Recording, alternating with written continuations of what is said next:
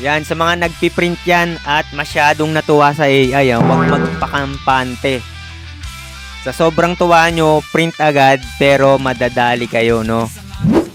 Mabilis nga yung gawa, pero kailangan i-zoom nyo yan para makita nyo kung okay ba yung logo.